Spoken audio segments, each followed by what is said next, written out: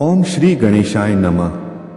નમસ્કાર મિત્રો, આજે આપણે હિન્દુ ધર્મના અતિ પવિત્ર અને પતિના દીર્ઘ આયુષ્ય માટે કરવામાં આવતા વટ સાવિત્રી વ્રત વિશે જાણીશું। આ વ્રત મુખ્યત્વે સુહાગન સ્ત્રીઓ દ્વારા કરવામાં આવે છે। આ દિવસે વડના વૃક્ષની પૂજા કરીને માતા સાવિત્રી અને સત્યવાનનું સ્મરણ કરવામાં આવે છે। વટ સાવિત્રી વ્રતનો મહિમા। જેઠ માસની અમાસના દિવસે વટ સાવિત્રી વ્રત કરવામાં આવે છે। વડનું વૃક્ષ દીર્ઘાયુષ્ય, અખંડ સૌભાગ્ય અને સુખ સમૃદ્ધિનું પ્રતીક માનવામાં આવે છે। શાસ્ત્રોમાં જણાવ્યા મુજબ વડના મૂળમાં બ્રહ્માજી, થડમાં વિષ્ણુ ભગવાન અને ડાળીઓમાં ભગવાન શંકરનો વાસ હોય છે। જે સ્ત્રી શ્રદ્ધા અને ભક્તિપૂર્વક આ વ્રત કરે છે તેને અખંડ સૌભાગ્ય, સુખી દાંપત્ય જીવન, સંતાન સુખ અને પતિની લાંબી આયુષ્ય પ્રાપ્ત થાય છે। વટ સાવિત્રી વ્રત કથા। પ્રાચીન સમયમાં મદ્ર દેશના રાજા અશ્વપતિ રાજ્ય કરતા હતા। તેમની પત્નીનું નામ માલવી હતું। રાજારાણી ખૂબ જ ધાર્મિક અને પ્રજાવત્સલ હતા, પરંતુ તેમને સંતાન ન હતું। સંતાન પ્રાપ્તિ માટે રાજા અશ્વપતિએ માતા સાવિત્રીની કઠોર ઉપાસના કરી। ઘણા વર્ષોની તપસ્યાથી પ્રસન્ન થઈ દેવી સાવિત્રી પ્રગટ થયા અને આશીર્વાદ આપ્યો કે તેમને એક તેજસ્વી પુત્રીનો જન્મ થશે। થોડા સમય પછી રાજાને એક સુંદર અને ગુણવાન પુત્રીનો જન્મ થયો। દેવીના આશીર્વાદથી પ્રાપ્ત થયેલી આ કન્યાનું નામ સાવિત્રી રાખવામાં આવ્યું। સાવિત્રી ખૂબ જ રૂપવાન, બુદ્ધિશાળી અને ધર્મપ્રાયણ હતી। લગ્નયોગ્ય વય થતા રાજા અશ્વપતિએ તેના માટે યોગ્ય વર શોધવાનું શરૂ કર્યું, પરંતુ કોઈ યોગ્ય વર ન મળતા તેમણે સાવિત્રીને પોતે વર પસંદ કરવાની અનુમતિ આપી।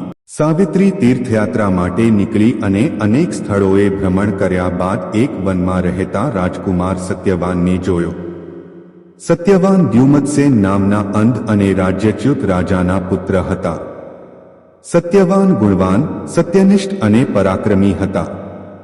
સાવિત્રી તેમને જોઈને મનથી પતિ તરીકે સ્વીકારી લીધા અને પિતાને પોતાની ઈચ્છા જણાવી। તે સમયે દેવર્ષિ નારદજી રાજા અશ્વપતિના દરબારમાં આવ્યા। તેમણે જણાવ્યું કે સત્યવાન સર્વ ગુણોથી સંપન્ન છે, પરંતુ તેના આયુષ્યમાં માત્ર 1 વર્ષ બાકી છે। આ સાંભળીને રાજા ખૂબ દુઃખી થયા અને સાવિત્રીને બીજો વર પસંદ કરવા કહ્યું। પરંતુ સાવિત્રીએ કહ્યું, આર્ય કન્યા એક જ વાર પતિ પસંદ કરે છે। મેં મનથી સત્યવાનને પતિ સ્વીકારી લીધા છે, તેથી હવે હું અન્ય કોઈને પતિ તરીકે સ્વીકારી શકું નહીં। સાવિત્રીની દૃઢતા જોઈને રાજાએ સત્યવાન સાથે તેના લગ્ન કરાવ્યા। લગ્ન પછી સાવિત્રી પોતાના પતિ અને સાસુ સસરાની સેવા કરવા લાગી। સમય પસાર થતો ગયો અને દેવર્ષિ નારદે જણાવેલી તારીખ નજીક આવી। સાવિત્રીએ 3 દિવસનું કઠોર ઉપવાસ અને વ્રત શરૂ કર્યું। નિર્ધારિત દિવસે સત્યવાન લાકડા કાપવા માટે જંગલમાં જવા લાગ્યા ત્યારે સાવિત્રી પણ તેમની સાથે ગઈ। જંગલમાં કામ કરતી વખતે સત્યવાનને અચાનક માથામાં અસહ્ય પીડા થવા લાગી। તેઓ સાવિત્રીના ખોળામાં માથું મૂકી સૂઈ ગયા અને થોડા જ સમયમાં તેમના પ્રાણ નીકળી ગયા। તે સમયે યમરાજ સત્યવાનના પ્રાણ લઈને જવા માટે આવ્યા। સાવિત્રીએ યમરાજને નમસ્કાર કર્યા અને તેમના પાછળ ચાલવા લાગી। યમરાજે કહ્યું, હે સાવિત્રી, હવે તું પાછી જા। મૃત્યુ પામેલા મનુષ્ય સાથે કોઈ જઈ શકતું નથી। સાવિત્રીએ ધર્મ અને સત્યની વાતો કરતા યમરાજની સાથે ચાલવાનું ચાલુ રાખ્યું।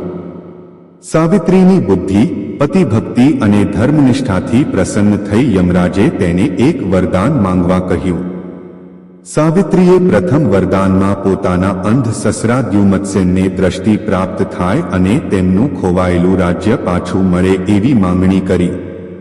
યમરાજે તથાસ્તુ કહ્યું।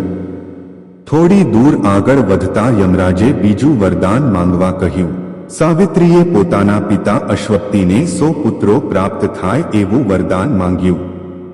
યમરાજે તે પણ સ્વીકારી લીધું। પછી ત્રીજું વરદાન માંગવા કહ્યું ત્યારે સાવિત્રીએ કહ્યું, મને સત્યવાથી 100 પુત્રો પ્રાપ્ત થાય એવું વરદાન આપો. યમરાજે અજાણતા જ તથાસ્તુ કહી દીધું.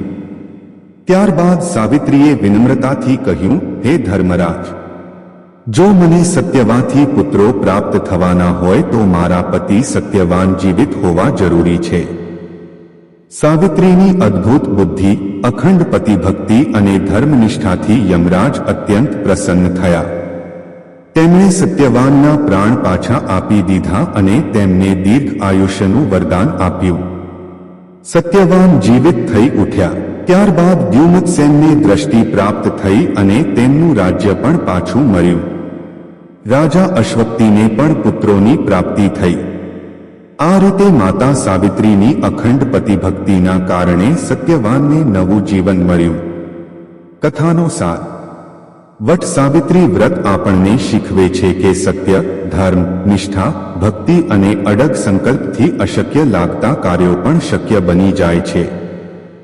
માતા સાવિત્રી ભારતીય નારીના આદર્શ પતિવ્રતા સ્વરૂપ માનવામાં આવે છે.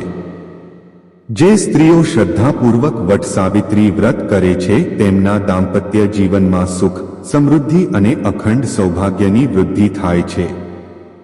જય માતા સાવિત્રી. જય વટવૃક્ષ દેવ. ઓમ શાંતિઃ શાંતિઃ શાંતિઃ.